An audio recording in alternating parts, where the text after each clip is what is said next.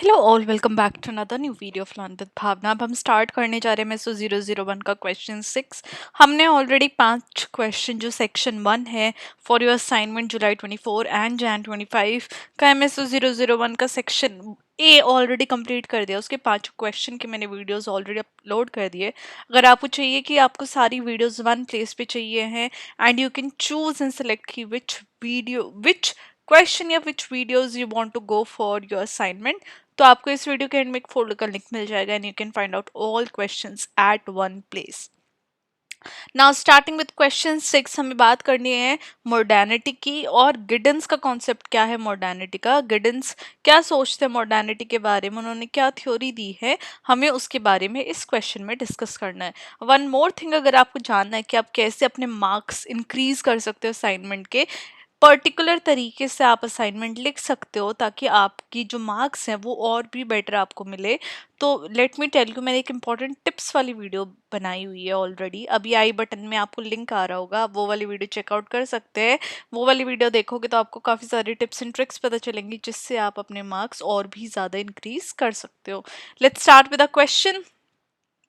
तो जब आप आंसर राइटिंग करते हो तो जो आपका फर्स्ट पैराग्राफ होता है वो हमेशा इंट्रोडक्शन का होता है। तो यहाँ पे मैंने मेंशन किया कि जब हम मॉडर्निटी की बात करते हैं तो हम एक सोशल, कल्चरल, इकोनॉमिकल और पॉलिटिकल ट्रांसफॉर्मेशन की बात कर रहे हैं जो एनलाइटमेंट और इंडस्ट्रियलाइजेशन के साथ स्टार्ट हुआ था वेस्टर्न यूरोप के अंदर during late 18th and 19th century. यहाँ पे हमें रैपिड चेंजेस देखने को मिले थे टेक्नोलॉजी में, अर्बनाइजेशन में, रैशनैलिटी में, और एक शिफ्ट देखने को मिला था जहाँ पे जो सोसाइटीज हैं वो ट्रेडिशनल सोसाइटी से इंडस्ट्रियल सोसाइटीज में बदलती जा रही थी। जब हम मॉडर्निटी की बात करते हैं तो हम देखते हैं प्रोग्रेस जहाँ पे इंडिविजुअलिज्म और साइंटिफिक रीजनिंग बहुत ज़्यादा बढ़ जाती है। वहीं पे अगर आप ट्रेडिशनल सोसाइटी की बात करते हो तो ट्रेडिशनल सोसाइटीज़ के अंदर हमें रिलीजन, कस्टम, एग्रीगेरियन इकोनॉमीज के ऊपर ज़्यादा फोकस देखने को मिलता है।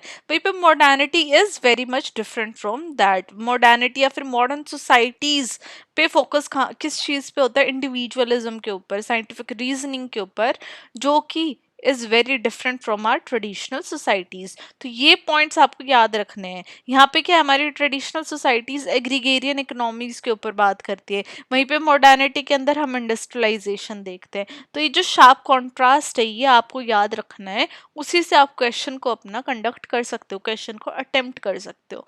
नाउ एंथनी गिडन्स, तो आपको गिडन्स का फुल नेम पता चल गया, विच वॉज एंथनी गिडन्स। अब जैसे कि मैंने यहाँ पे बोल्ड करके अंडरलाइन किया, आप एग्जाम में क्या करोगे, इसको अंडरलाइन करोगे, सॉरी असाइनमेंट राइटिंग में इसको आप अंडरलाइन करोगे। सो ये टिप्स क्या है, आपको एग्जाम में भी हेल्प होंगी, इससे मेरा कई बार एग्जाम भी निकल जाता है, बिकॉज ऑफ कोर्स दोनों तरीके से for your assignment as well as your exam ये टिप्स दोनों के लिए बहुत ज़्यादा इंपॉर्टेंट है। इसलिए आप वो वीडियो चेकआउट कर लेना, आपको बहुत ज़्यादा क्लैरिटी मिलेगी और आपको एक आइडिया मिल जाएगा कि आप किस तरीके से अपने मार्क्स को इम्प्रूव कर सकते हो in your assignment as well as in your exam. Now Anthony Giddens की जब हम बात करते हैं तो वो एक प्रोमिनेंट सोशियोलॉजिस्ट रहे जिन्होंने एक डिटेल्ड एनालिसिस प्रोवाइड किया मॉडर्निटी की, जिसने फोकस, उनकी जो डिटेल्ड एनालिसिस है उसका फोकस था इंस्टीट्यूशनल फीचर्स के ऊपर, social consequences and global implication के ऊपर।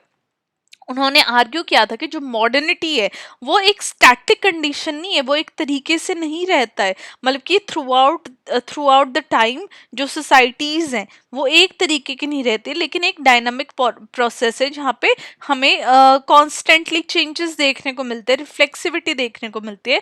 गिडन्स ने इसलिए सेवरल कोर एस्पेक्ट्स हमें प्रोवाइड किया मॉडर्निटी के, जिसके बारे में अभी हम आगे जानेंगे। तो फर्स्ट हमारे यहाँ पे जो कोर कॉन्सेप्ट्स है वहां पे हमारा फर्स्ट आ जाता है कैपिटलिज्म। तो जो इकोनॉमिक सिस्टम है मॉडर्निटी का वो कैपिटल एक्यूमुलेशन के ऊपर वर्क करता है, जहाँ पर इंडस्ट्रियल प्रोडक्शन है, मार्केट एक्सचेंज है। फॉर एग्जाम्पल अगर हम ग्लोबल रीच की बात कर रहे हैं कुछ कॉरपोरेशन की, जैसे अमेजोन हो, एप्पल हो, तो वो रिफ्लेक्ट कर रहे हैं ऐसी डोमिनेंस कैपिटलिज्म की इन मॉडर्न सोसाइटीज के अंदर। वहीं पे सेकंड हमारे जो इंस्टीट्यूशनल डायमेंशन आ जाती है मॉडर्निटी के, दैट इज आर इंडस्ट्रियलिज्म, जहाँ पे मॉडर्निटी के अंदर हमें इंडस्ट्रियल प्रोडक्शन देखने को मिलती है और एडवांस टेक्नोलॉजीज का ज़्यादा यूज़ देखने को मिल रहा है, जो कि जो नेचर और जो लेबर है उसको उसने कम्प्लीटली ट्रांसफॉर्म कर दिया, कम्प्लीटली हमें एक चेंज देखने को मिला है। फॉर एग्जाम्पल अगर हम इंडस्ट्रियल रिवोल्यूशन को देखते हैं तो वहाँ पे मैकेनाइज्ड प्रोडक्शन हमें देखने को मिले, मतलब कि जो पहले ह्यूमन प्रोडक्शन थी अब वो चेंज होके मशीन के with the help of machine अब हमें प्रोड्यूस निकलते हुए देखने को मिल रही है, जिसने कि एक सोसाइटी स्ट्रक्चर जो था और जो डेली लाइफ थी ह्यूमंस की उसको टोटली ट्रांसफॉर्म कर दिया है, टोटली चेंज कर दिया है ना। थर्ड हमारा आ जाएगा सर्वेलेंस। जब हम बात करते हैं मॉनिटरिंग की और रेगुलेशन के इंडिविजुअल्स की, तो वहाँ पे हम स्टेट और ऑर्गेनाइजेशन को एक सेंट्रल फीचर देख रहे हैं मॉडर्निटी का, जहाँ पे surveillance is very much important. जहाँ पे फॉर एग्जांपल अगर गवर्नमेंट भी अब सीसीटीवी कैमरास का टेक्नोलॉजीज का यूज कर रही है, डिजिटल डेटा ट्रैकिंग को वो यूज करती है ताकि वो पॉपुलेशन को ओवरसी कर सके, ताकि वो मैनेज कर सके पॉपुलेशन के अंदर, क्राइम्स को रिड्यूस कर सके, राइट। तो surveillance is a very important part of modern times या फिर ऑफ मॉडर्निटी ना। फोर्थ हमारा आ जाएगा मिलिट्री पावर। अब मॉडर्न स्टेट के अंदर क्या है, एडवांस्ड हमें मिलिट्री के अंदर भी टेक्नोलॉजीज और ऑर्गेनाइजेशन देखने को मिलती है जो कि सेंट्रलाइजेशन ऑफ पावर में कंट्रीब्यूट कर रही है। फॉर एग्जाम्पल अगर हम बात करें न्यूक्लियर वेपन्स का डेवलप होना या फिर कैसे मॉडर्निटी ने ट्रांसफॉर्म कर दिया मिलिट्री स्ट्रैटेजीज को, तो ये हमें सब देखने को मिलता है and it is a very huge impact या फिर change which has come due to modernity. Now fifth हमारा आ जाएगा रिफ्लेक्सिविटी एंड रिस्क। जब हम मॉडर्निटी की बात करते हैं तो हम देखते हैं कि जो मॉडर्निटी का नेचर कैसा है, रिफ्लेक्सिव है। वहाँ पे इंडिविजुअल्स और इंस्टीट्यूशंस कॉन्स्टेंटली एक दूसरे को इवेलुएट कर रहे हैं, अपने आप को एडजस्ट कर रहे हैं, जो कि वो न्यू नॉलेज अपनी ले रहे हैं उसके अकॉर्डिंग अपने आप को इवेलुएट एंड एडजस्टमेंट हमें इंडिविजुअल्स की और इंस्टीट्यूशन की ऑन अ डेली बेसिस देखने को मिलती है। तो ये जो रिफ्लेक्सिविटी है इसकी वजह से हमें अनसर्टेनिटी और रिस्क बहुत ज्यादा बढ़ गया है, रिस्क सोसाइटी आ गई है। गिडन ने हाईलाइट किया कि जो मैन्युफैक्चर्ड रिस्क है मॉडर्निटी की वजह से, जहाँ पे जो रिस्क क्रिएटेड है ह्यूमन एक्टिविटी की वजह से, चाहे वो क्लाइमेट चेंज हो या फिर टेक्नोलॉजिकल फेलियर्स हो, ये बहुत ज्यादा बढ़ गया है और ये हमें मॉडर्निटी के साथ देखने को मिला, एक रिस्क सोसाइटी का इंक्रीज होना। फॉर एग्जाम्पल अगर हम देखें कि आर्टिफिशियल इंटेलिजेंस कि जो आर्टिफिशियल इंटेलिजेंस इतना ज़्यादा हाइप हो रहा है सोसाइटी के अंदर, तो उसके रिगार्डिंग एक कंसर्न भी देखी जा रही है, उसके एथिकल इम्प्लीकेशन हो, चाहे मॉडर्न सोसाइटी की जो रिफ्लेक्सिव अप्रोचेस इनोवेशन की, तो उसके अगेंस्ट एक रिस्क सोसाइटी अपने आप में हमें निकलता हुआ उभरता हुआ देखने को मिल रहा है, in addition to our modernity या फिर मॉडर्न सोसाइटीज। नाउ सिक्स हमारा आ जाएगा ग्लोबलाइजेशन एंड मॉडर्निटी। जब हम बात करते हैं ग्लोबलाइजेशन की, तो गिडन ने मॉडर्निटी और ग्लोबलाइजेशन को एक कनेक्शन में देखा है, जहाँ पे वो आर्ग्यू करे कि जो मॉडर्न इंस्टीट्यूशन है वो ग्लोबल रीच है उनकी बहुत ज़्यादा, जिसकी वजह से जो ट्रेडिशनल हमारी बाउंड्रीज है टाइम और स्पेस की, वो कहीं ना कहीं डिसॉल्व हो गई है। अब टाइम और स्पेस की एज सच कोई बाउंड्रीज नहीं है पूरे वर्ल्ड में। फॉर एग्जाम्पल अगर हम इंटरनेट या सोशल मीडिया की बात करते हैं, चाहे वो ट्विटर हो, इंस्टाग्राम हो, यूट्यूब हो, उसकी वजह से ग्लोबल विलेज क्रिएट हो गया है, जहाँ पे लोग इंस्टेंट कम्युनिकेशन है, इंस्टेंट कल्चरल एक्सचेंज है, कभी भी लोग फ्लाई कर रहे हैं, they are going into a different corner of the world. तो ये जितने भी जो एक बाउंड्रीज थी पहले, कॉन्स्ट्रेंट थे टाइम और स्पेस की with in different countries, different spaces of the world, अब वो हमें देखने को नहीं मिलता है ना। सेवेंथ भी सिमिलर ही पॉइंट है टाइम स्पेस डिस्टिंक्शन का। गिडन ने इंट्रोड्यूस किया था टाइम स्पेस डिस्टिंक्शन, जहाँ पे उन्होंने बात की थी कैसे मॉडर्निटी सोशल इंटरेक्शन को सेपरेट कर रही है स्पेसिफिक लोकल से, जहाँ पे वो वास्ट डिस्टेंसेस के अंदर भी जो कम्युनिकेशन है वो हमें देखने को मिल रही है। फॉर एग्जाम्पल अगर हम वर्चुअल मीटिंग्स की बात कर रहे हैं, तो वो जूम के द्वारा जो जोग्राफिकल बैरियर्स है, एक यूएस में बैठा हुआ इंसान इंडिया के अंदर मीटिंग कर रहे हैं, तो उसकी वजह से क्या है, एक सोशल और प्रोफेशनल इंटीग्रेशन इंटरेक्शंस बढ़ गए हैं। जो टाइम स्पेस डिस्टिंक्शन थी वो बहुत ज्यादा कम हो गई है। अब टाइम और स्पेस का ऐसा कोई कॉन्सेप्ट ही नहीं रहा है। अब लोगों को कुछ फील ही नहीं होता कि they are into a some different corner of the world, वो कैसे भी एक दूसरे के साथ इंटरेक्ट कर रहे हैं at any given point of time.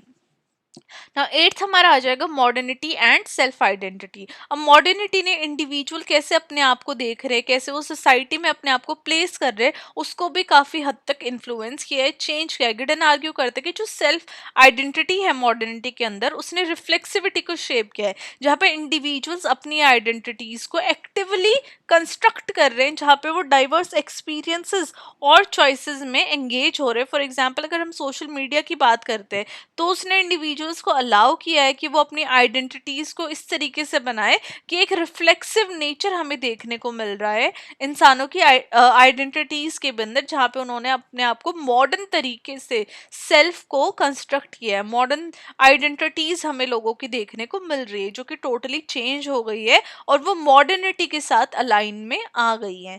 Now examples की बात कर ले मॉडर्निटी की, तो अर्बनाइजेशन बहुत ज्यादा देखने को मिली है और ग्रोथ हुई है मेगा सिटीज की, चाहे वो टोक्यो हो, न्यूयॉर्क हो। साइंटिफिक एडवांसमेंट बहुत ज्यादा बढ़ गई है, वैक्सीन, स्पेस एक्सप्लोरेशन काफी ज्यादा इंक्रीज हुआ है, डेमोक्रेटिक गवर्नेंस की राइज हुई है और लीगल रैशनल अथॉरिटी लोगों के अंदर आई है, लोगों के बीच में आई है। एक हमें कल्चरल शिफ्ट देखने को मिला है जहाँ पे लोगों के अंदर इंडिविजुअलिज्म वाली फीलिंग आई है और सेकुलरिज्म भी बहुत ज्यादा बड़ा है with the coming of modernity. तो ये हमारे एग्जाम्पल्स थे।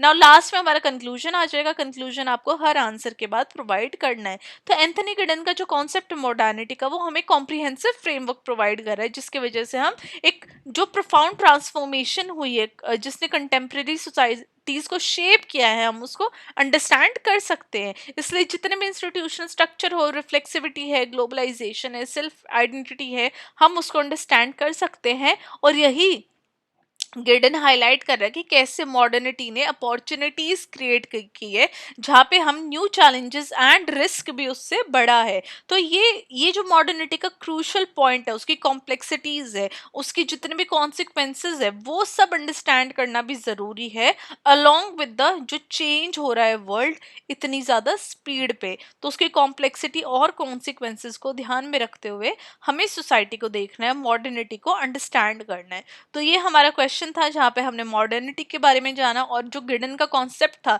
जो गिडन ने जो डिफरेंट हमें इंस्टीट्यूशनल डायमेंशंस दिए मॉडर्निटी के, जो 4 प्राइमरी इंस्टीट्यूशनल फीचर्स हैं, वो हमने जाने। एंड आई होप आप लोगों के आंसर की एक्सप्लेनेशन अच्छी लगी होगी, आंसर समझ में आया होगा। और इसी तरीके से अगर आप अच्छे अच्छे आंसर चाहते हैं, असाइनमेंट्स के क्वेश्चंस की बेस्ट एक्सप्लेनेशन चाहते हैं, बेस्ट कंटेंट चाहते हैं, तो आप चैनल को सब्सक्राइब कर सकते हैं, वीडियो को लाइक कर सकते हैं, अपने क्लासमेट एंड फ्रेंड्स के साथ शेयर कर सकते हैं। Now I will see you very very soon with question 7। Till then अपना असाइनमेंट लिखते रहिए और बेस्ट बेस्ट असाइनमेंट अपने प्रोवाइड करना अपने टीचर्स को इग्नू के अंदर। एंड आई होप आप सब बहुत अच्छा स्कोर कर पाए इन your assignment. I will see you very very soon with question 7।